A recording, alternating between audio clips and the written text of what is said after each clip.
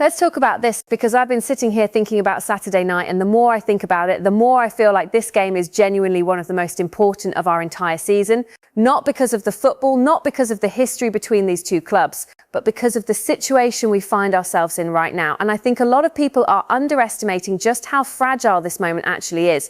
Think about it. We're third in the league, 55 points. We've been absolutely brilliant in spells under Carrick, and yet we're heading into Stamford Bridge this Saturday night with barely a recognised centre-back to our name.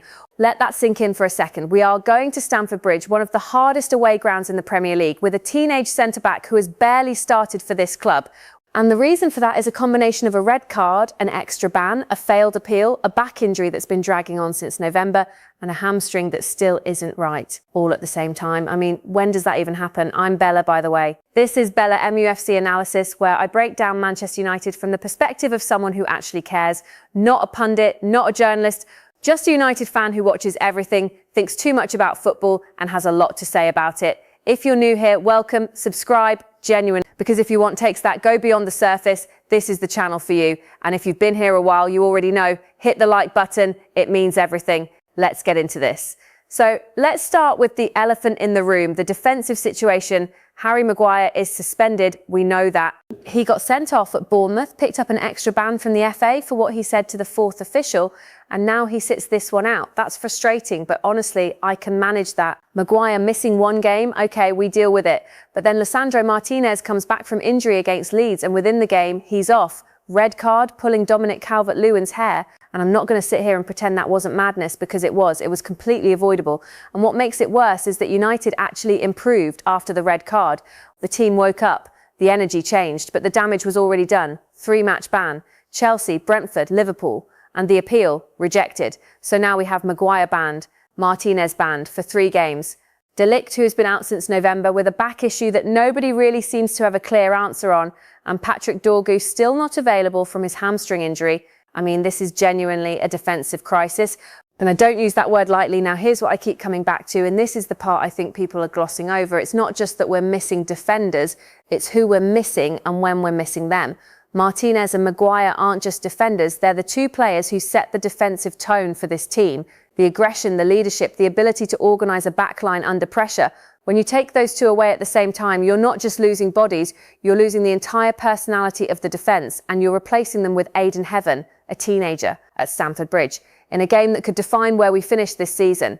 Now look, I'm not here to write off Aiden Heaven. I've seen enough of this kid to know he has real quality. He's composed, he reads the game well for his age. But there is a massive difference between showing quality in cameo appearances and being thrown into a high-intensity, high-stakes Premier League clash at one of the toughest grounds in England. That is a different beast entirely. And Lenny Yoro next to him, as good as Yoro has been this season, he is also still a young centre-back finding his feet at the highest level. So we're potentially looking at a central defensive partnership with a combined age that I'm not even sure reaches 40, against a Chelsea side that, yes, has been awful recently, but still has Pedro Neto, Estevan, Cole Palmer, and João Pedro ready to cause problems. This worries me. This genuinely worries me.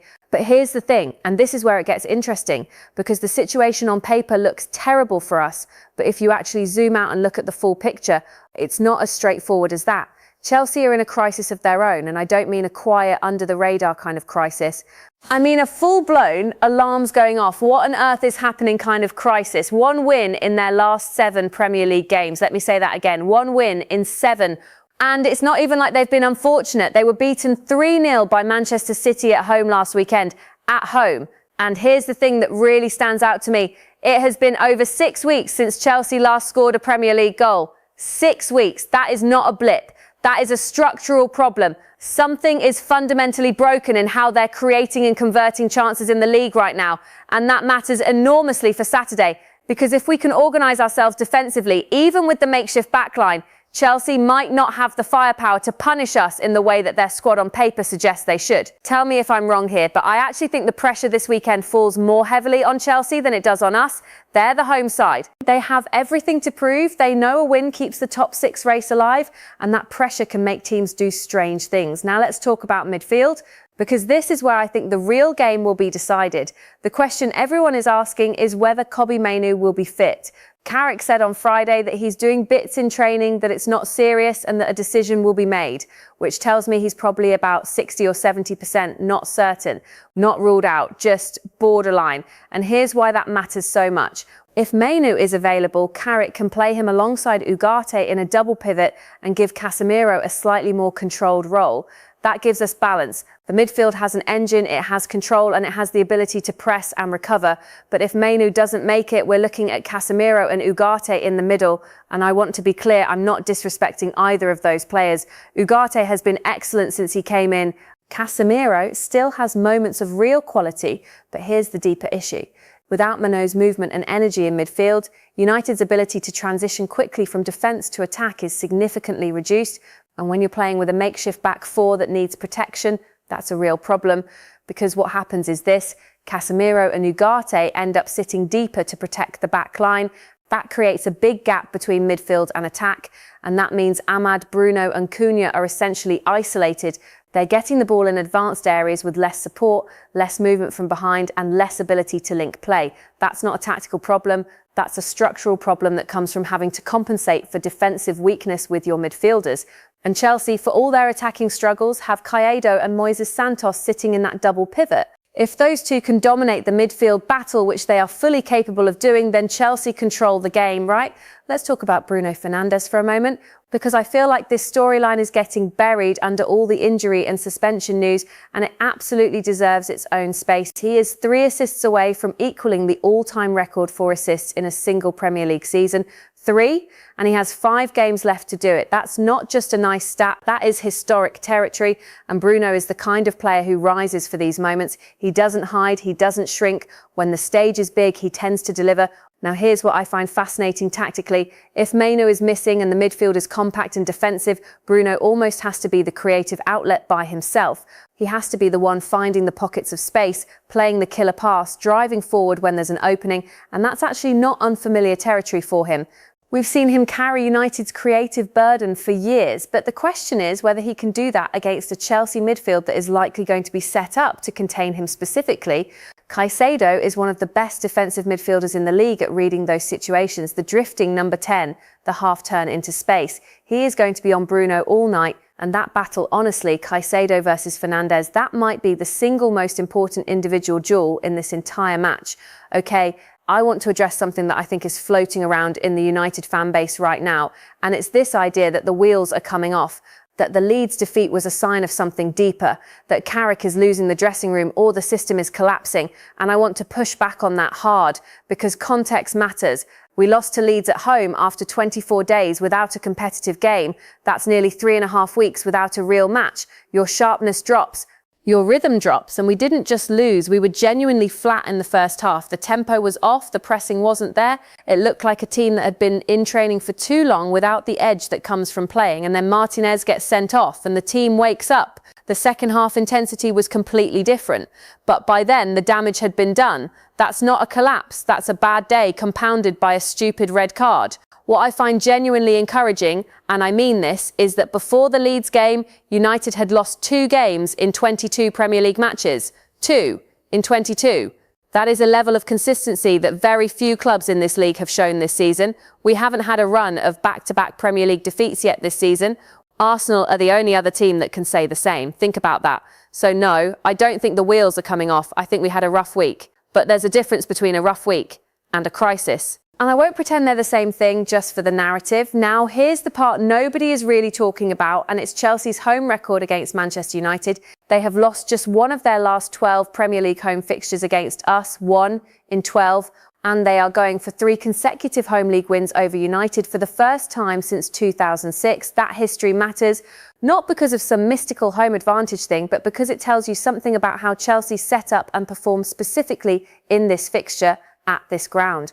There is something about the way they approach this game at home that works for them, the shape, the energy, the crowd, it all comes together, and we have to go there in the evening under the lights with a teenage centre-back and a midfield question mark and find a way to disrupt that. That is genuinely difficult.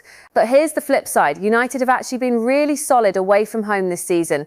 We have scored in 14 consecutive away games. 14. That run is extraordinary. It tells you that whatever happens to us defensively, we find a way to be a threat going forward. We don't become passive. We don't park the bus. We go and try to play. And in a game where Chelsea haven't scored in the league in 6 weeks, that attacking threat might be enough to tilt the balance. Let me paint you a scenario, because I think this is genuinely how Saturday could unfold.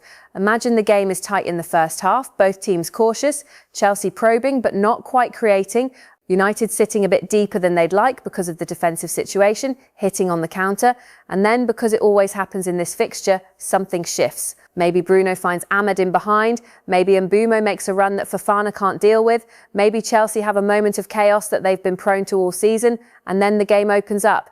And in an open game with pace going both ways, with Esteban and Neto running at our young centre-backs, that is where I get nervous, because Iden Heaven might be composed enough to handle a structured, organised attack, but an open game, transitions happening at pace, centre-backs having to make decisions in split seconds, that's a different question entirely. Now flip it. If Chelsea score first, which given the home crowd and the pressure on them is a real possibility, does Carrick change things immediately? Does he go more aggressive and risk the defensive exposure further? Or does he trust the structure and wait for the moment? That decision, if it comes, might be the biggest moment of the game from our side.